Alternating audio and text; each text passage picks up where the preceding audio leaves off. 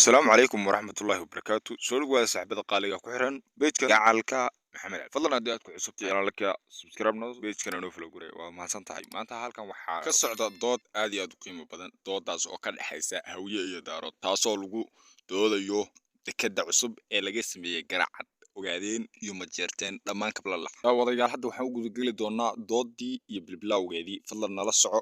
Dad nagu cusubtaan ugu soo bir. bismillaahi raxmaani raxiim. magacaygu waa maxamed cabdi, waxaan ka socdaa qaybta daarood. hadda waxaan ku doodayaa dekedan cusub ee Garacad ee annaga hadda aan samaysanay, weliba daarood oo dhan maaha, kablalax, taasi oo u dhaxaysa Ogaadeen iyo weliba Majeerteen.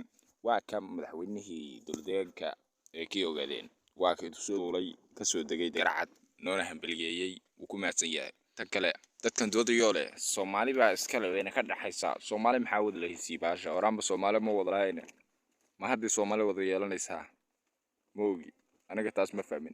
cidda noogu imaan lahayd amaba xoog noo sheegan lahayd ayaa la isku haystaa. ma ogi wallahi Soomaali hadda tan inaan midoobi doono ma ogi. haddii dekedaas darteed loo midoobayo aniga waan soo dhaweynayaa, waan ku raacsanahay, laakiin qabiil ahaan aa liga daaya aniga.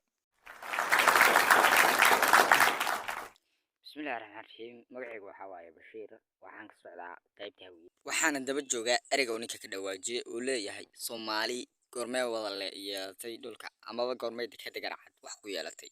taas aniga ayaa hadda doodka wada, waxaana leeyahay Soomaali way wada leedahay, iyadana iskale, waxa ku haystana malaha.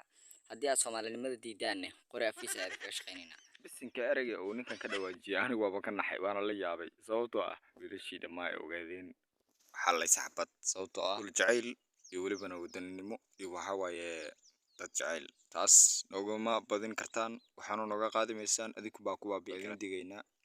waxaan isku soo hadlaynaa halkan beerkaada kala baxayna hadda kirfirfkanta. nin kaleetoo kusoo dhiirin kala mana annaga in nala hadlo, waanakee nin abgaalahoo isleeyahay in adeerkayba kursiga saaran iyo waxaas, iyo annaga adeertaas maba qorna waxaas, mana naqusayso taas.